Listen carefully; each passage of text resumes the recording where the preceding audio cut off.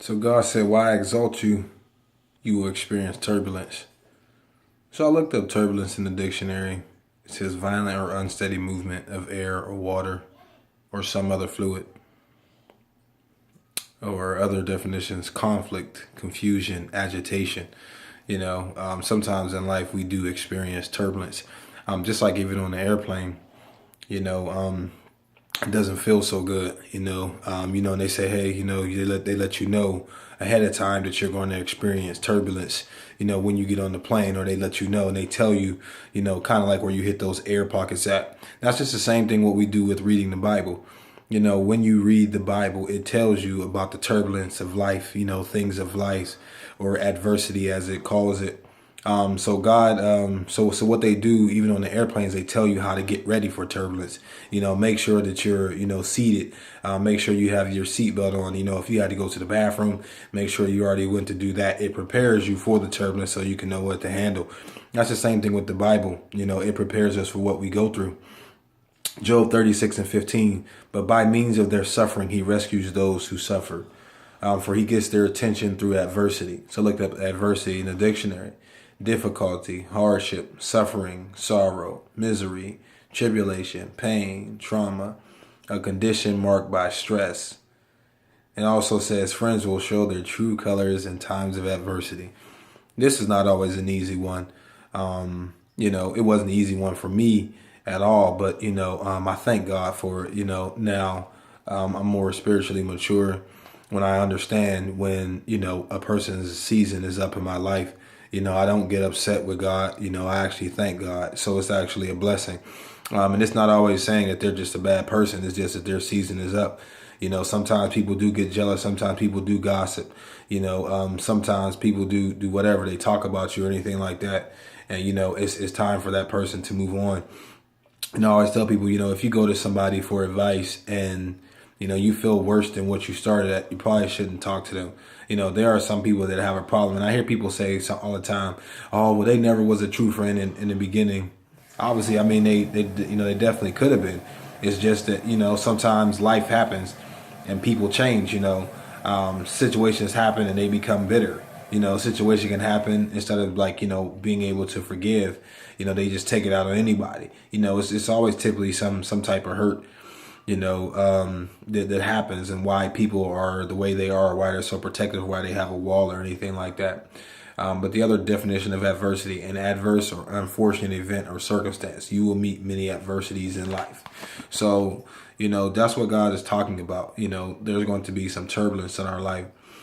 Job 5:17, behold, how happy is the man whom God reproves, so don't despise the discipline of the Almighty.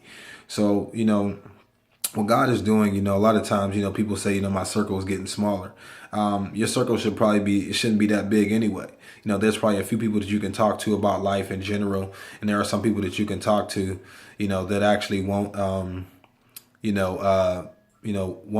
that against you or anything like that. That's how God used to show me how people was when you would, tell them some things and then people would just bring it back up, or throw it in your face, during a tough time. And you were just like, oh, really? So you're going to do that?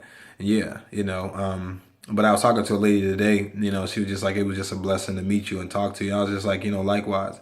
I said, this is what I'm here for. And she said she had got rid of her psychiatrist because she had to pay a certain amount of money, a lot of money. But I was just saying, she was like, I just thank you for being able to listen to me. And I said, this is just what God called me to do. And she was like, I don't want you to, lose your job. And I said, listen, I said, I'm fine. I said, even if they fire me today, I said, I'll be all right because God's going to take care of me. I said, that's one thing I'm going to continue doing is doing what God has called me to do, and that's helping customers. I ask God to send me people that I can help. And again, not always do, I make any money off the transaction, but God blesses me. I'm not worried about that because it said, what does it profit a man to gain the whole world and lose his soul? So, and I know the things I do for God will last. And like I said, just to be a blessing to people. To continue to stay humbled as well too, and I thank God for that opportunity. Job 36:21. Be careful, do not turn to evil, for you have preferred this to affliction. So it talks about it that there are some people that are going to turn to evil. They're going to do that. when affliction comes or anything like that. That's why you can see when something happens, like even in a relationship, you can look at a person, they'll be like, you know what, there's no good men, there's no good women. They can have 3 bad relationships. That's all it pretty much takes. And they'll be like, you know what, the rest of people are like that. Or some people like, you know what, since I've been dogged out, I'm gonna dog people out the rest of my life. And that's not good. But you see it's possible to happen, even happens to good people. 2 Corinthians 1:4, it says, who comforts us in all our troubles so that we can comfort those in any trouble with the comfort we ourselves have received from God. So that's what I'm doing today, trying to give you comfort in the comfort that God has given me. When I read the book, it allows me to get ready for those lives, trying times of life, those adversities, those turbulence. I get ready. I make sure I'm prepared. And then we have Isaiah 55:8. It says, for my thoughts are not your thoughts, nor are your ways my ways, declares the Lord. Verse 9, for as the heavens are higher than the earth, so are my ways higher than your ways, and my thoughts than your thoughts. So the way God does things, he does them different than what we normally would do. And I even, and there'd be times when I'd be like, oh, I wish God would have did it this way, or he did it like this. And just like, no, you just have to wait on God. God's going to do it the way he decides to do it. And that's where we have to learn how to trust God, and not that, we get beside ourselves, or it says don't be anxious, but God is going to do it, and that's how we have to have faith, because, that allows us to help others. When you have a testimony, they say, so what did you do? And I decided to trust God. I was telling a lady today in Walmart, a situation I was dealing with, and I said, I was like, yeah, she's like, I'm sorry you had to do it. I was like, it's okay. I said, God got it, but she can see, how encouraged I was. And, I just said, listen, I said, God gonna take care of it. I said, I've been through this road before. I've been through this situation before. God took care of it last time, and why wouldn't God take care of it again?